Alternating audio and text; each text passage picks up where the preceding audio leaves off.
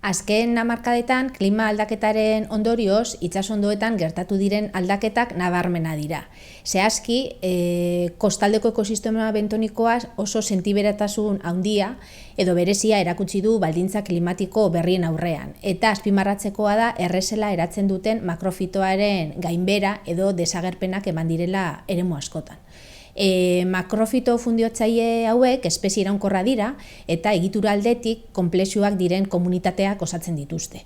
Espazioaren 3 dimentsioko konplexutasuna areagotzen dute eta itsas organismo askorentzako habitat biogenikoa eta babesa ematen dute. Bestalde, espezieen banaketan aldaketak eman dira eta orokorrean biodibertsitatean galera ere ikusi da. Errezela osatzen duten espezien desagertzeak eragin handia izan du dagoeneko eta ikusi da konplexutasun aldetik 3 dimentsioko espazio batetik 2 dimentsioko espazio batera pasatu garela eta ekosistema osoa aldatu eginda eta aldatu egingo da, baina gehien bat galdera da ea itsasoko bai biodibertsitatea, prozesu ekologikoak eta funtzio ekosistemikoak mantentzeko gaitasunik izango duten edo ez.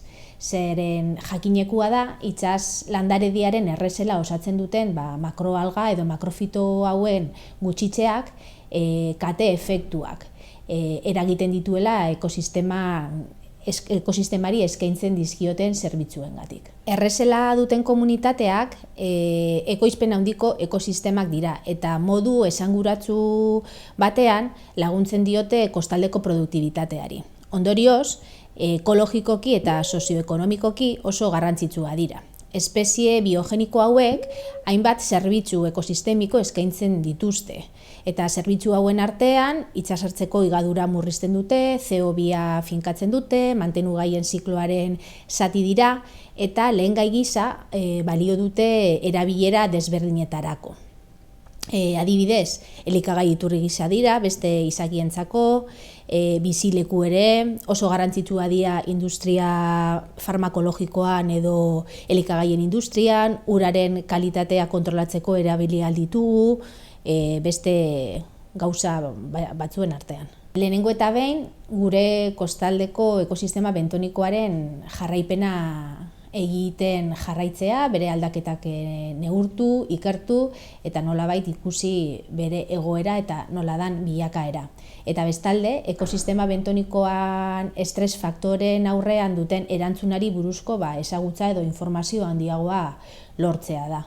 Erronka hori. Eta gero, etorkizuneko ikerketa ildoen artean, makrofitoen gainberaren funtsezkoak diren beste faktore batzuen eragina ere ebaluatzea edo ikertzea. Adibidez, itsas trikuek egiten duten presio belarjalea edo herbiboroa nola izango dan, eta aldi berean ere makrofito egituratzaileak desagertu diren itsas ondoetan errezela berreskuratzea posible izango balitz.